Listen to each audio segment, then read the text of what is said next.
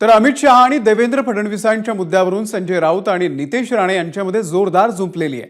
औरंग्याचे कितीही चेले चपाटे आले तरी शिवसेनेला कुणीही संपू शकत नाही अशी टीका संजय राऊतांनी केली आहे। आता याला नितेश राणे यांनी जोरदार प्रत्युत्तर दिलंय। फडणवीसांनी महाराष्ट्राच्या राजकारणामध्ये घाण केली, ती घाण आम्ही साफ करणार असल्याचं राऊत यांनी म्हटलं।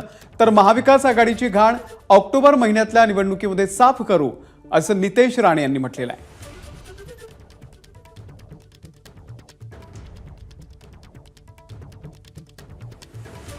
गुजरातमधून औरंगजेबाचे कितीही चेले चपाटे आले गुजरातमधून तरी त्यांना महाराष्ट्रात शिवसेनेला खतम करता येणार नाही, ठाकरेंचं नेतृत्व संपवता येणार नाही।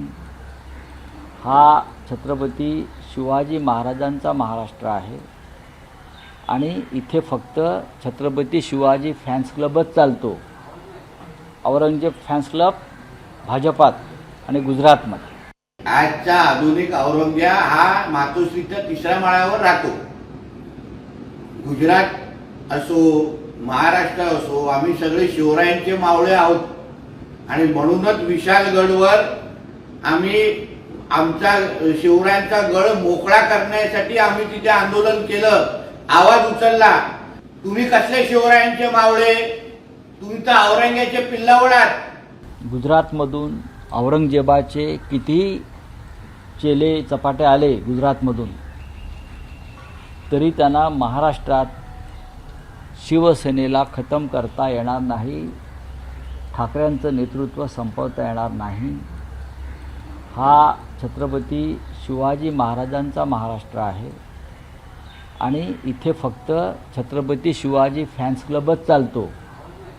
औरंगजेब फॅन्स क्लब भाजपात आणि गुजरातमध्ये। आजचा आधुनिक औरंग्या हा मातोश्रीच्या तिसऱ्या माळ्यावर राहतो।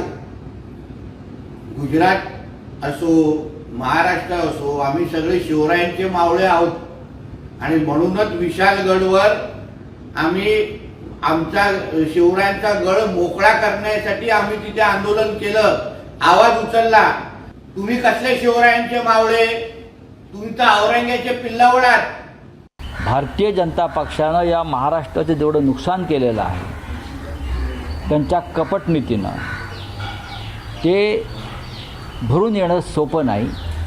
त्यासाठी महाराष्ट्रामध्ये आम्हाला पुन्हा सत्तेवर यावं लागेल आणि जी घाण आहे फडणवीस आणि त्यांच्या लोकांनी निर्माण केलेली ती आम्हाला स्वच्छ करावी लागेल। आणि या राज्याची जनतेनं आम्हाला लोकसभेला आशीर्वाद दिला आणि या राज्याची जनता आम्हाला विधानसभेलाही आशीर्वाद देईल।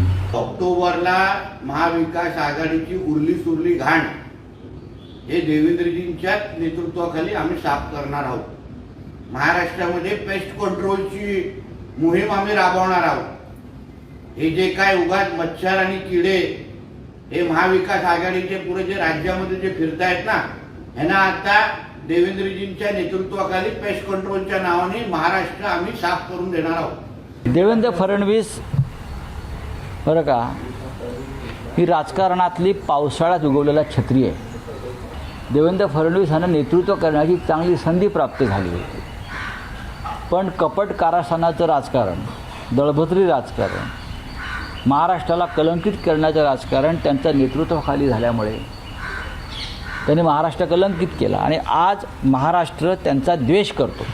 या राज्याची जनता, या राज्याची बहुसंख्य जनता देवेंद्र फडणवीस यांना खलनायक मानते, त्याला जबाबदार ते स्वतः आहे।